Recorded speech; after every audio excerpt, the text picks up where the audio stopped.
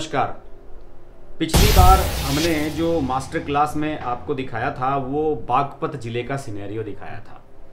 बागपत जिले में केवल 3 विधानसभा सीटें थी। आज हम जिस जिले को फोकस करने जा रहे हैं वो एक बड़ा जिला है और बहुत ही महत्वपूर्ण जिला है पश्चिमी उत्तर प्रदेश का, और उसका नाम है मुजफ्फरनगर। मुजफ्फरनगर किसी ना किसी वजह से सुर्खियों में बना रहता है और इसके सुर्खियों में बने रहने की एक नहीं कई वजहें हैं।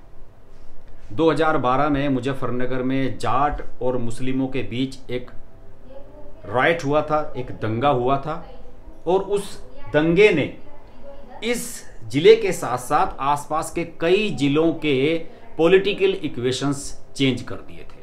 कहा तो ये भी जाता है कि मुजफ्फरनगर के दंगे की वजह से ही 2017 के चुनाव में और उससे पहले 2014 के लोकसभा चुनाव में बीजेपी ने इतनी प्रचंड सफलता हासिल की थी, और उसका रिफ्लेक्शन इस बार जो विधानसभा चुनाव हैं उसमें भी साफ तौर पर देखने को मिलेगा। आज के वीडियो में हम समझने की कोशिश करेंगे कि मुजफ्फरनगर जिले की जो 6 विधानसभा सीटें हैं उनका सिनेरियो क्या है, कौन कौन प्रत्याशी हैं और वहां के जातीय समीकरण क्या हैं। शुरुआत बुढ़ाना से करना चाहूंगा। आपने देखा होगा कि सारे जितने भी मैंने नाम लिखे हैं वो रेड और ग्रीन कलर से हैं, लेकिन इसमें जो कुछ फैक्ट्स मैंने दिए हैं वो ब्लैक कलर से दिए हैं। वैसे तो मेरी कोशिश रहेगी कि मैं हर सीट के बारे में आपको विस्तार से बताऊं, लेकिन बुढ़ाना सीट मैं इसलिए सबसे पहले डिस्कस करने जा रहा हूं क्योंकि राष्ट्रीय लोकदल ने अपना प्रत्याशी इस पर मैदान में उतारा है जो गठबंधन का प्रत्याशी है। बाकी जितनी भी सीटें हैं सभी पर समाजवादी पार्टी के प्रत्याशी हैं और राष्ट्रीय लोकदल के सिंबल पर लड़ रहे हैं, अगर इनमें से एक पंकज मलिक को छोड़ दिया जाए तो। बहरहाल कोशिश हमारी ये रहेगी कि सभी सीटों के बारे में हम विस्तार से बात करें, लेकिन शुरुआत करता हूं बुढ़ाना से। देखिए, बुढ़ाना सीट पर जो प्रत्याशी हैं सभी प्रत्याशियों के नाम आप फोकस करें। सभी प्रत्याशियों के नाम बता देता हूं। बुढ़ाना से वर्तमान सिटिंग विधायक हैं उमेश मलिक बीजेपी के। राष्ट्रीय लोकदल ने राजपाल बालियान को बनाया है। वैसे इसके साथ जो है आप ये भी लिख सकते हैं कि एसपी प्लस, समाजवादी पार्टी के जो वोट हैं वो भी इसमें प्लस रहेंगे क्योंकि ये गठबंधन के प्रत्याशी हैं। बसपा ने हाजी अनीस को टिकट दिया है और कांग्रेस ने देवेंद्र कश्यप को अपना प्रत्याशी बनाया है।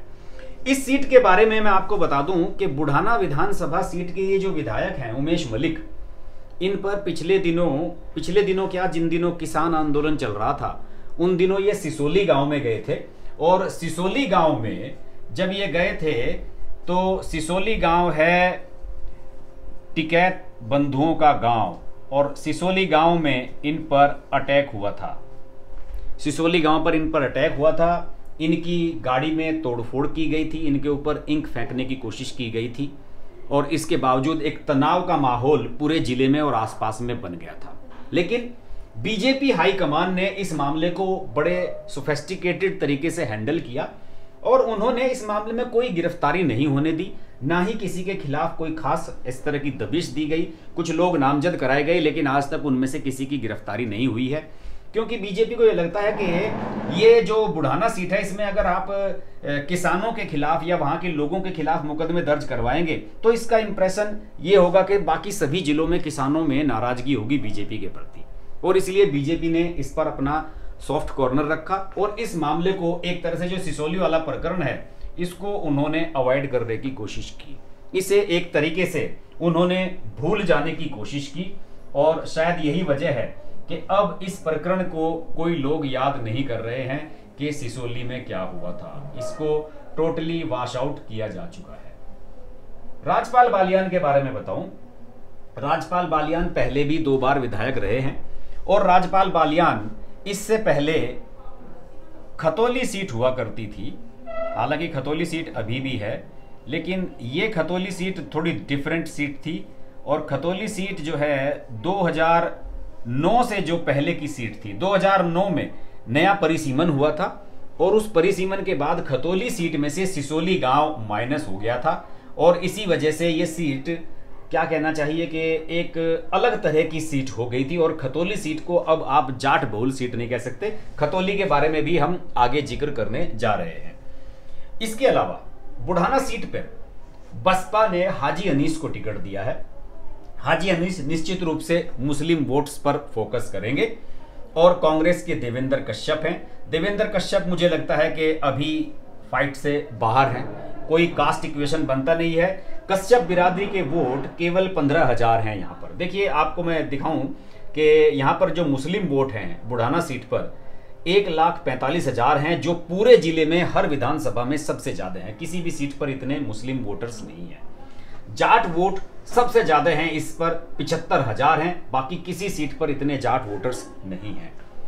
दलित वोट 40,000 हैं, ठाकुर और राजपूत वोट 20,000 हैं, कश्यप 15,000, सैनी 15,000, त्यागी ब्राह्मण 15,000 और वैश्य 5,000 के करीब हैं इस पर। तो इस सीट पर बीजेपी के सामने सबसे बड़ा चैलेंज है कि कैसे इस बार फिर से उमेश मलिक को जिताया जाए। उमेश मलिक के बारे में पहले यह कहा जा रहा था कि उमेश मलिक का टिकट कटने वाला है और उनका टिकट इस बार कटेगा, लेकिन चूंकि इस बार बीजेपी ने अभी ने सभी सिटिंग विधायकों के लगभग अधिकतर के टिकट जो है वो रिटेन किए हैं, तो इसी वजह से उमेश मलिक का टिकट नहीं कटा। और इसके अलावा जो सिसोली में प्रकरण हुआ था, सिसोली प्रकरण में जो उमेश मलिक पर हमला हुआ था, उस हमले का भी इंप्रेशन बीजेपी ज्यादा नहीं दिखाना चाहती थी, क्योंकि अगर उमेश मलिक का टिकट काटा जाता तो फिर ये मैसेज जाता कि किसान यूनियन का विरोध हुआ था और किसान यूनियन के विरोध के कारण उमेश मलिक का टिकट काटा जा रहा है, इसलिए ये टिकट रिटेन किया गया है। और देखिए इन मुस्लिम वोटों में अगर 50% भी वोट डलते हैं, ये 1,45,000 हैं, अगर इसमें से 75,000 भी वोट मिलते हैं तो इस 75,000 वोट्स में से हाजी अनीस इनका भी शेयर होगा और प्लस राजपाल बालियान का भी शेयर होगा। अब देखने वाली बात यही होगी कि राजपाल बालियान जो कि सपा और रालोद गठबंधन के प्रत्याशी हैं, वो कितने ज्यादा मुस्लिम वोट ले पाते हैं। अलबत्ता जाट वोट्स के बारे में ये कहा जा रहा है, जो जाट वोट्स हैं इसमें से अगर 50% भी अगर वोटिंग होता है और 75,000 में से आप मान लीजिए कि अगर 35 से 40,000 के बीच में जाट वोट डलते हैं, तो इनमें से भी ये माना जा रहा है कि उमेश मलिक और राजपाल बालियान में 50-50 का डाइवर्जन हो सकता है। हालांकि अगर इसमें 50-50 का नहीं भी होता है और ज्यादातर वोट राजपाल बालियान की तरफ जाते हैं, अगर राजपाल बालियान की तरफ इसमें से इन 35-40,000 वोट में से 25,000 वोट भी जाते हैं, तो उसके अलावा राजपाल बालियान के पास ठाकुर राजपूत नहीं है, कश्यप वोट बीजेपी का हार्डकोर वोटर है, सैनी वोट बीजेपी को वोट करते हैं, त्यागी ब्राह्मण बीजेपी के साथ हैं, वैश्य बीजेपी के साथ हैं। तो 15 45 और 5 50 और 20 70,000 वोट ऐसे हैं जो बीजेपी के स्ट्रोंग हैं।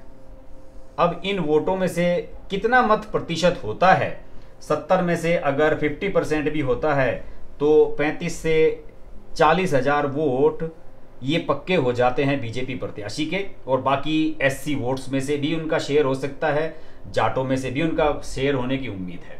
तो यहाँ पर जो चुनाव मैं मान रहा हूँ, यहाँ पर बुढ़ाना सीट पर मेरा चुनाव आकलन जो कहता है वो 60-65 हजार के आसपास वोटों में होगा सारा खेल, और जीत हार में मुझे लगता है कि 10 से 15 हजार वोट्स का अंतर दोनों के बीच में हो सकता है, जो फिलहाल कैलकुलेशन मेरी नजर आ रही है।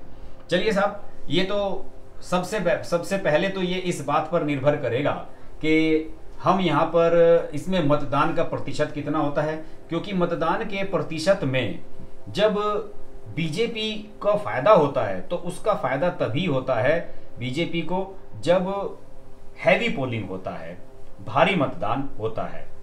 इसके अलावा बाकी सीटों के बारे में आपको और विवरण दे देता हूं। ये बुढ़ाना सीट तो सबसे प्रेस्टिजियस सीट है और बाकी सीटों पर इतनी क्लोज फाइट मुझे नजर नहीं आ रही है। चरथावल सीट है, चरथावल सीट पर बीजेपी ने सपना कश्यप को प्रत्याशी बनाया है। सपना कश्यप के जो पति हैं ये विजय कश्यप थे, और विजय कश्यप योगी सरकार में मंत्री थे, और कोरोना की जो दूसरी लहर आई थी उसमें उनका निधन हो गया था पिछले साल, और उनकी विडो हैं, उनको बीजेपी ने प्रत्याशी बनाया है। और ये नाम बड़ा इंपॉर्टेंट है, ये पंकज मलिक, इस पर मैं खासतौर से फोकस करना चाहूंगा। जिले की जो 6 सीटें हैं उस पर गठबंधन के जितने भी प्रत्याशी चुनाव लड़ रहे हैं वो सभी आरएलडी के सिंबल पर चुनाव लड़ रहे हैं। लेकिन केवल चरथावल सीट ऐसी है जहां पर समाजवादी पार्टी के सिंबल पर पंकज मलिक चुनाव लड़ रहे हैं। बसपा ने यहां सलमान सईद को प्रत्याशी बनाया है। कांग्रेस ने यास्मीन राणा को टिकट दिया है। यास्मीन राणा वही हैं जिनके पति ने रोते हुए पिछले दिनों आरोप लगाए थे कि मैंने बसपा को 67 लाख रुपए दिए। अरशद राणा की पत्नी है ये, और मेरा टिकट बसपा ने नहीं कराया, तो इन्होंने खैर अपनी पत्नी का यास्मीन राणा का टिकट करा दिया। चरथावल सीट पर मुस्लिम वोट 1.25 लाख के करीब हैं, जाट 40,000, एससी वोट 60,000 हैं, ठाकुर राजपूत 25,000 हैं, कश्यप 30,000 हैं, और सैनी वोट 10,000 हैं, और त्यागी ब्राह्मण वोट 12,000 हैं, और वैश्य वोट 5,000 हैं। यहां पर क्लोज फाइट मानी जा रही है, लेकिन मुझे लग रहा है कि सपना कश्यप जीतने में सफल हो जाएंगी, क्योंकि उनकी तरफ मुझे ठाकुर राजपूत वोटों का मैक्सिमम शेयर, कश्यप वोट जो बीजेपी के कोर वोटर हैं, सैनी जो बीजेपी को वोट करते हैं, त्यागी ब्राह्मण भी बीजेपी की तरफ मुझे नजर आ रहे हैं, वैश्य वोट वो तो बीजेपी की तरफ जाते ही हैं। इसके अलावा उन्हें जाटों में से भी कुछ शेयर मिल सकता है और एससी वोटों में से भी कुछ शेयर मिल सकता है। तो अभी सपना कश्यप यहां पर अभी मुझे एज पर नजर आ रही हैं, क्योंकि उनके प्रति उनके पति की सहानुभूति भी लोगों में है। पुरकाजी सुरक्षित सीट है। पुरकाजी सीट पर जो प्रत्याशी हैं उन पर जरा एक बार नजर मारते हैं। ये सुरक्षित सीट है, यहाँ से सिटिंग एमएलए हैं प्रमोद ऊंटवाल, उनका टिकट हुआ है। पहले ये कहा जा रहा था कि प्रमोद ऊंटवाल का टिकट कटेगा, बहुत कमजोर प्रत्याशी हैं। सपा रालोद गठबंधन से अनिल कुमार हैं, जो पहले यहाँ से विधायक रह चुके हैं बसपा के, और बसपा ने सुरेंद्र पाल को बनाया है। दीपक कुमार ने दिया है, दीपक कुमार कांग्रेस के प्रत्याशी हैं। दीपक कुमार नारायण दत्त तिवारी साहब के नेता के जमाने के नेता हैं, पिछली बार दूसरे स्थान पर रहे थे कांग्रेस के टिकट पर ही, तो इसलिए कांग्रेस ने इन पर फिर से भरोसा जताया है। लेकिन फाइट मुझे इन दोनों के बीच में ही यहां नजर आ रही है, प्रमोद ऊंटवाल और अनिल कुमार के बीच में। मुस्लिम वोट 1,10,000 हैं, जाट 30,000, एससी वोट 85,000, और यहाँ पर 20,000 गुज्जर वोट भी हैं। कश्यप वोट है यहाँ पर 5,000, सैनी वोट है 5,000, त्यागी ब्राह्मण 30,000 हैं, और वैश्य वोट 5,000 हैं। तो यहाँ पर फाइट ठीक है, लेकिन मुझे अनिल कुमार का थोड़ा सा पलड़ा इसलिए भारी दिख रहा है क्योंकि वो पहले यहाँ से विधायक रह चुके हैं, और उनकी खासतौर से दलित वोटों में अच्छी खासी पकड़ पहले से ही रही है। और इसके अलावा गठबंधन के प्रत्याशी होने के नाते मुस्लिम और जाट वोटों की पहली चॉइस भी वही होंगे। अगली सीट है मीरापुर सीट है। मीरापुर सीट पर बीजेपी ने प्रशांत चौधरी के रूप में गुर्जर प्रत्याशी को टिकट दिया है। चंदन चौहान गठबंधन के प्रत्याशी हैं, रालोद के सिंबल पर लड़ेंगे। चंदन चौहान के पिता संजय चौहान बिजनौर सीट से सांसद रह चुके हैं, और चंदन चौहान पिछली बार खतौली सीट से चुनाव लड़े थे, लेकिन इस बार चंदन चौहान को यहां से प्रत्याशी बनाया गया है। ये दोनों गुज्जर प्रत्याशी हैं, इनके बीच में फाइट है, और यहां पर सबसे असली गेम हुआ है। यहां पर 1,10,000 मुस्लिम वोट हैं, और यहां पर बसपा ने मोहम्मद सालिम और कांग्रेस ने मोहम्मद जमील को प्रत्याशी बना दिया है। मोहम्मद जमील यहां पर 2012 में बसपा के विधायक रह चुके हैं। तो ये जो 1,10,000 मुस्लिम वोट हैं, इनके लिए 3 प्रत्याशियों में झगड़ा होगा, सपा, बसपा और कांग्रेस, तीनों के बीच में। तो यानी कि मुस्लिम वोट जो एक तरफा गठबंधन को मिलने चाहिए थे, वो तो बट जाएंगे। प्रशांत के पास क्या बचता है? प्रशांत के पास गुज्जर में से शेयर मिलेगा उन्हें निश्चित रूप से। कश्यप वोट उनका सॉलिड है, सैनी वोट मैक्सिमम मिल सकते हैं, त्यागी ब्राह्मण, और 15,000 पाल वोट भी हैं यहाँ पर। ये भी हार्डकोर बीजेपी के सपोर्टर माने जाते हैं। लेकिन गुजर वोटों में से प्रशांत कितने वोट ले पाते हैं, क्योंकि चंदन चौहान लोकल प्रत्याशी हैं और प्रशांत बाहरी प्रत्याशी के रूप में यहाँ प्रोजेक्ट किए जा रहे हैं, ये बाहरी प्रत्याशी माने जा रहे हैं। तो मैक्सिमम गुजर वोट गठबंधन की तरफ जा सकते हैं, और जाटों का जो 35,000 वोट है वो भी निश्चित रूप से चंदन चौहान की तरफ जाएगा, मैक्सिमम वोट्स। तो यहाँ पर चंदन चौहान की स्थिति मुझे फिलहाल थोड़ी सी स्ट्रॉन्ग नजर आ रही है। खतौली विधानसभा सीट, खतौली विधानसभा सीट की अगर मैं बात करूं तो यहां से बीजेपी ने वर्तमान विधायक विक्रम सैनी को टिकट दिया है। आरएलडी और सपा के जो प्रत्याशी हैं वो राजपाल सैनी हैं, आरएलडी के टिकट पर चुनाव लड़ेंगे। यहां पर असली गेम कर दिया है इन्होंने, बसपा के टिकट पर अंतिम समय में टपक पड़े हैं करतार भड़ाना। करतार भड़ाना 2012 में यहां पर आरएलडी के टिकट पर विधायक रह चुके हैं। अभी ये 3 साल से बीजेपी में थे और ये चाह रहे थे कि मैं बीजेपी से टिकट ले लूं खतौली से, लेकिन बीजेपी ने फैसला किया कि हम विक्रम सैनी को ही टिकट देंगे, तो विक्रम सैनी का ही टिकट रिटेन किया गया है। और ये बड़ी टफ कंपटीशन वाली सीट है। इस सीट पर देख लीजिए, आपके जितने भी मुस्लिम प्रत्याशी, बाकी मुस्लिम वोट्स हैं बाकी सीटों पर, उन सब के मुकाबले सबसे कम मुस्लिम वोट यही हैं। यहाँ पर 90,000 हैं, बाकी सभी सीटों पर 1 लाख से ऊपर अधिक मुस्लिम वोट हैं। जाट वोट यहाँ पर 30,000 हैं, खतौली पर SC वोट 50,000 हैं, गुज्जर वोट 25,000 हैं, ठाकुर और राजपूत वोट 25,000 हैं, सैनी 35,000 हैं। इसके लिए 2 प्रत्याशियों में लड़ाई होगी, राजपाल सैनी में और विक्रम सैनी में।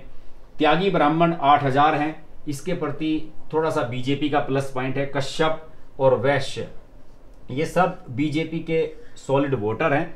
ठाकुर ब्राह्मण, जो ठाकुर और राजपूत हैं, इसमें से भी बीजेपी को मैक्सिमम वोट मिल सकता है। अलबत्ता गौरव भाटी और करताड़ बढ़ाना गुर्जर बिरादरी से आते हैं, तो गुर्जर वोटों में डाइवर्जन होगा। इसमें से कितना किसको जाएगा ये एक देखने वाली बात होगी। अब आती है मुजफ्फरनगर की सदर सीट। यहां से जो राज्य मंत्री हैं, स्टेट मिनिस्टर हैं, कपिल देव अग्रवाल और वर्तमान विधायक हैं, उनको बीजेपी ने फिर से प्रत्याशी बनाया है। यहां पर खेल हुआ है, गठबंधन के प्रत्याशी के रूप में सौरभ स्वरूप RLD के बैनर पर चुनाव लड़ेंगे यहां पर। हालांकि ये सपा नेता हैं। सौरभ स्वरूप के पिता स्वर्गीय चितरंजन स्वरूप मिनिस्टर रहे हैं और ये अखिलेश यादव की सरकार में भी मिनिस्टर थे। उनके निधन के बाद यहाँ पर उपचुनाव हुआ था, तो सौरभ स्वरूप के बड़े भाई गौरव स्वरूप ने यहाँ से चुनाव लड़ा था और गौरव स्वरूप ने 2017 का भी चुनाव लड़ा। दोनों चुनाव गौरव स्वरूप हार गए, तो इस बार छोटे भाई सौरभ स्वरूप को टिकट मिला है।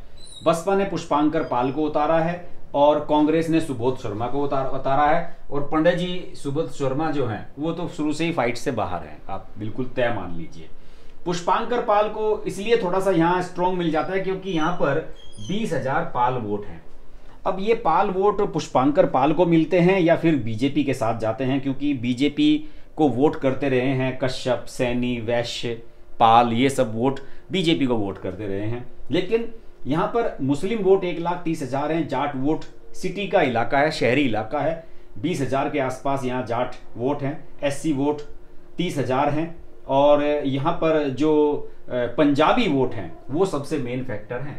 30,000 के करीब पंजाबी हैं जो सब एक तरफा बीजेपी को वोट करते हैं। वैश्य वोट 75,000 हैं जो पूरे जिले से सबसे ज्यादा।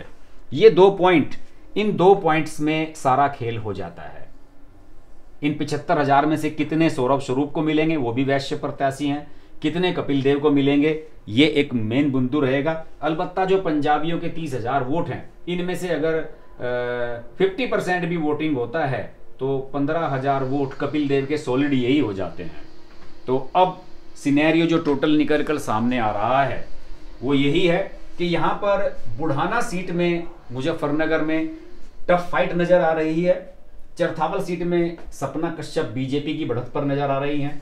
पुरकाजी सुरक्षित सीट पर फाइट है लेकिन अनिल कुमार बढ़त पर नजर आ रहे हैं। मीरापुर सीट पर मुझे फिलहाल गठबंधन के चंदन चौहान बढ़त बनाते हुए नजर आ रहे हैं। खतौली सीट के बारे में मैं कुछ भी प्रेडिक्ट नहीं कर सकता क्योंकि खतौली सीट पर जातीय समीकरण बहुत ही टफ है और जो मुजफ्फरनगर सीट है उस पर हमेशा की तरह बीजेपी एज पर नजर आ रही है। और एक सबसे बड़ा फैक्टर जो है गठबंधन के बारे में, इस बारे में बता दूं, ये फैक्टर यहां पर सबसे बड़ा हो जा रहा है। ये फैक्टर है एम फैक्टर, मुस्लिम फैक्टर। देखिए 1,45,000 वोट हैं बुढ़ाना में, चरथावल में 1,25,000 हैं, पुरकाजी में 1,10,000 हैं, मीरापुर पे 1,10,000 हैं, खतौली में 90,000 हैं, सिटी में मुजफ्फरनगर में 1,30,000 हैं। लेकिन यहां पर आइए जरा फोकस तो करने वाली बात यह है कि ये जो गठबंधन है यहां से आप जो शुरू होता है ये गठबंधन, इस गठबंधन में कोई भी नाम मुस्लिम नहीं नजर आ रहा है भाई। जबकि हकीकत बात यह है कि लोगों को उम्मीद थी कि यहाँ पर मुस्लिम प्रत्याशी होगा और जो यहाँ पर जाटों का और मुस्लिमों का जो यहाँ पर रिफ्ट हुआ था 2012 के मुजफ्फरनगर दंगे में, उसे अगर रिकवर करना चाहते हैं जयंत चौधरी, तो उन्हें कम से कम एक सीट पर कहीं ना कहीं मुस्लिम प्रत्याशी जरूर देना चाहिए था, क्योंकि सुनने में आ रहा है कि जयंत चौधरी अगली बार मुजफ्फरनगर सीट से चुनाव लड़ने का मन बना रहे हैं 2024 का जो लोकसभा चुनाव होगा। तो फिलहाल सिनेरियो यही है, यहाँ पर टफ फाइट है। इस जिले पर जातीय समीकरण बड़े अजीबोगरीब हैं और यहाँ पर बुढ़ाना सीट, जहाँ पर खासतौर से सिसोली गांव आता है, जिसमें राकेश टिकैत का जो गांव है, इस सीट को लेकर खासतौर से यहाँ पर बहुत ही टफ चुनाव बीजेपी के सामने है। और अगर ये सीट बुढ़ाना की बीजेपी हारती है तो ये मैसेज निश्चित रूप से जाएगा कि किसान आंदोलन का प्रभाव मुजफ्फरनगर में प्रभावी रहा और टिकैत बंधु कम से कम इस सीट पर बीजेपी को हराने में सफल रहे। आपको ये वीडियो कैसा लगा जरूर बताइए। किसी और जिले के बारे में आप मुझसे अगर इस बारे में जानना चाहते हैं तो जरूर जानिए, और इस तरह का जो एनालिसिस है आप किसी और चैनल, किसी और क्षेत्र का भी चाहते हैं तो वो जरूर आपको मैं बताऊंगा। आप कमेंट बॉक्स में लिखकर मुझे बताएं कि किस जिले की मैं इस तरह की आपके सामने तस्वीर पेश करूं। और अगर वीडियो अच्छा लगे तो वीडियो को लाइक कीजिए, शेयर कीजिए, चैनल को सब्सक्राइब कीजिए और देखते रहिए हर्ष की बात लाइव। नमस्कार। नमस्कार दोस्तों, मैं हूं रवीना टंडन और आप देख रहे हैं हर्ष की बात। हर्ष जी एक बहुत ही सीनियर और बहुत ही समझदार जर्नलिस्ट हैं एंड मेरे मित्र भी हैं। तो बहुत खुशी है मुझे आपको बताने के लिए कि उनका ये जो YouTube चैनल है बहुत ही कामयाब है और उसके लिए मैं उनको बहुत मुबारकबाद देना चाहती हूँ।